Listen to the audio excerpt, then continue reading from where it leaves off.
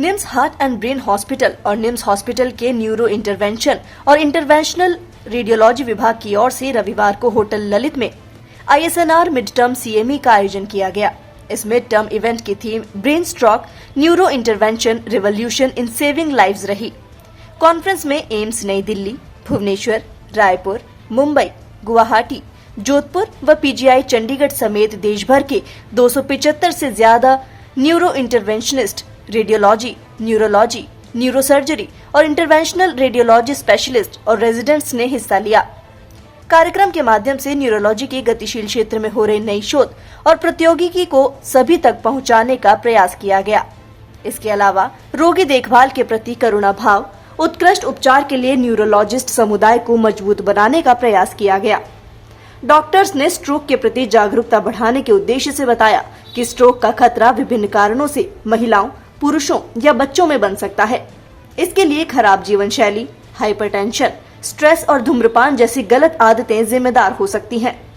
Corona के बाद लोगों में ब्रेन स्ट्रोक के प्रति जागरूकता बढ़ी है। साथ ही इससे बचाव के लिए लोगों ने अच्छी आदतों व सही जीवन शैली को भी अपनाया है। Neuro intervention expert doctor Madan Mohan Gupta ने बताया कि कॉन्फ्रेंस का उद्देश्य लोगों को ब्रेन से जुड़ी तमाम दिक्कत व बीमारियों के इलाज के प्रति जागरूक करना रहा, जिसके लिए इस प्लेटफॉर्म पर न्यूरोलॉजिस्ट, न्यूरोसर्जन, न्यूरो रेडियोलॉजिस्ट जैसे स्पेशलिस्ट को आमंत्रित किया गया। इसके फलस्वरूप लोगों में ब्रेन से जुड़ी बीमारियों के प्रति बचाव, रोकथाम व उपचार की जागरूकता बढ़ सकेगी। चर्चा के दौरान ब्रेन स्ट्रोक, ब्रेन हेमरेज समेत न्यूरोलॉजी से जुड़े अन्य कई विषयों, तकनीकों और उपचार के तरीकों पर बात की गई। विशेषज्ञों ने ब्रेन स्ट्रोक का इलाज, न्यूरो इंटरवेंशन और ब्रेन की एंजियोग्राफी जैसे विषयों पर व्यक्तिगत प्रशिक्षण दिए। कार्यक्रम में अध्यक्ष डॉक्टर शैलेश गायकवाड़, आयोजन सचिव डॉक्टर मदन मोहन गुप्ता, संरक्षक प्रोफेसर डॉक्टर BS तोमर सहित सह संरक्षक doctor Sanjeev Sharma, professor Amrika Singh, doctor Ishan Sharma, doctor Pankaj Singh, doctor Niranjan Khandelwal, Manisha Chaudhary व अन्य सदस्य मौजूद रहे।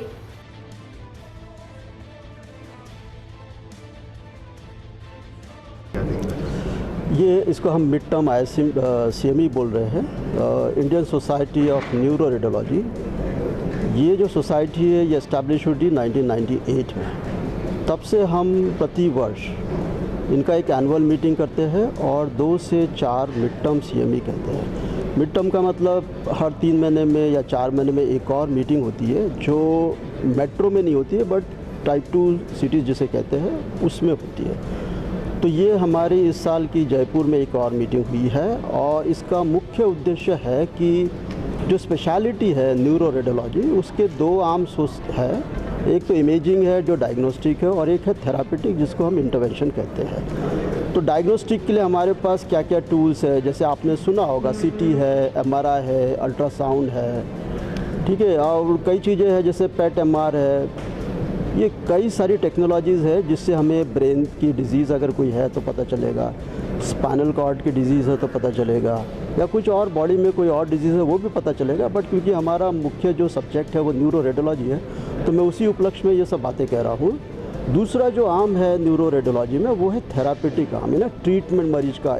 सिर्फ डायग्नोसिस नहीं करना बट उसका ट्रीटमेंट भी करना है। अब ट्रीटेबल क्या क्या कंडीशंस हो सकती है वो इस चर्चा का विषय रहा है, इस सब्जेक्ट CME का विषय रहा है। तो इसमें अब हम स्ट्रोक के बारे में अभी बहुत कुछ बोल चुके हैं। आपने देखा कि स्ट्रोक का मेन जो होता है कि मरीज को एकदम से हाथ या पैर में कमजोरी हो जाती है जिसको हम वीकनेस कहते हैं।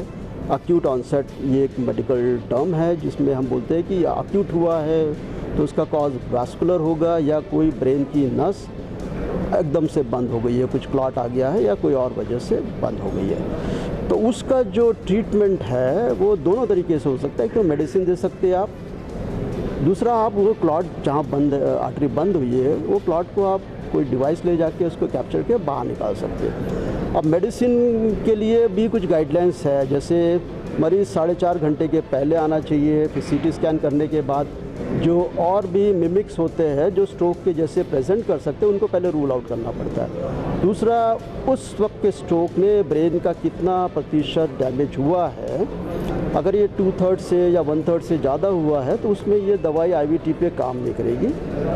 तो उसके लिए हमारे पास दूसरे तरीके होते हैं, जैसे क्लॉट डायरेक्टली जाए और उसको कैप्चर करके बाहर निकाला जाए, जिसको मैकेनिकल थ्रोम्बेक्टोमी कहते हैं, या उसको एक एस्पिरेशन करके भी एक टेक्निक है जिसमें कैथेटर को ले जाके एक सक्शन डिवाइस लगा के उसको सक आउट करा जा सकता है। तो एस्पिरेशन हो गया, मैकेनिकल थ्रोम्बेक्टोमी हुआ, या दोनों को कंबाइन करके क्लॉट को बाहर निकाला जाए। उसी तरह एक और होता है जिसको हम एन्यूरिज्म कहते हैं, ब्रेन के वेसल में एक एन्यूरिज्म डेवलप होना।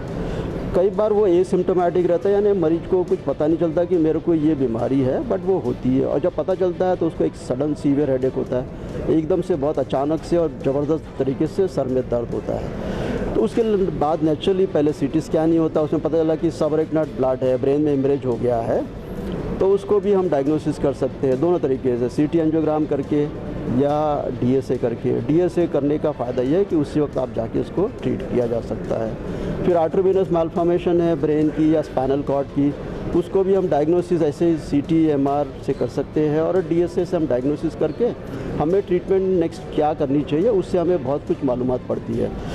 अब ट्रीटमेंट ब्रेन एवीएम के जैसे एन्यूरिज्म भी है, उसमें भी सर्जिकल भी है और हमारे रास्ते से भी किया जा सकता है। हमारा रास्ता बोलते हैं मिनिमल इन्वेसिव, क्योंकि हमें ब्रेन को नहीं ओपन करना, स्पाइन को नहीं ओपन करना, हम एक फ्यूमरल आर्टरी जो ग्राइन में होती है वहाँ के थ्रू जा सकता है। तो minimal invasive versus invasive therapy में नेचुरली टेंडेंसी होगी कि आप मिनिमली इन्वेसिव में जाए। तो मैं पेशेंट को अगर पहले चॉइस दी जाए तो बोलेगा मिनिमल इन्वेसिव तरीके से करना है, बट अगर पेशेंट के पास पैसा नहीं है, खर्चीला है ये ट्रीटमेंट, क्योंकि ये डिवाइसेस सारी महंगी होती है, तो नेचुरली नेक्स्ट ऑप्शन फिर सर्जिकल है। अगर सर्जिकल सेफली हो सकता है तो सर्जरी से किया जा सकता है। बट गवर्नमेंट ने अभी बहुत सारी स्कीम्स निकाल दी है, जैसे आपने सुना होगा आयुष्मान भारत स्कीम है, जिसमें जो मरीज ट्रीटमेंट नहीं अफोर्ड कर सकता उसके लिए ये स्कीम है। ठीक है, ये 5 लाख के नीचे जो भी खर्चा होगा उसमें 5 लाख में रियम्बर्सिबल है। इसमें स्ट्रोक भी हो गया, एन्यूरिज्म भी हो गया, एवीएम भी हो गया, स्पाइनल कॉर्ड डिजीज़ भी होगी, सारी चीज़ें इसमें आ गई हैं। तो इस तरह से गवर्नमेंट भी काफ़ी हेल्प कर रही है।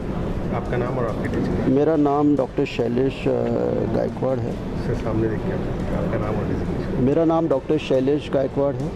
मैं professor and head department of neuro imaging and interventional neuro radiology all India institute of medical sciences new Delhi में हूँ। इसके अलावा मैं चीफ भी हूँ न्यूरो साइंसेज सेंटर का, और फिलहाल मैं प्रेसिडेंट हूँ सोसाइटी का, Indian society of neuro radiology. धन्यवाद। धन्यवाद। Thank you so much. सबसे पहले तो बधाई देना चाहता हूँ सभी आयोजकों को और उन सभी लोगों को जिन्होंने इतनी मेहनत से इस कार्यक्रम को सफल बनाया। मुझे लगता है कि जो स्ट्रोक है, जो इस तरह की ब्रेन इलनेसेस हैं, उसके लिए निश्चित रूप से एक बहुत बड़े प्लेटफॉर्म का कार्य करेगा।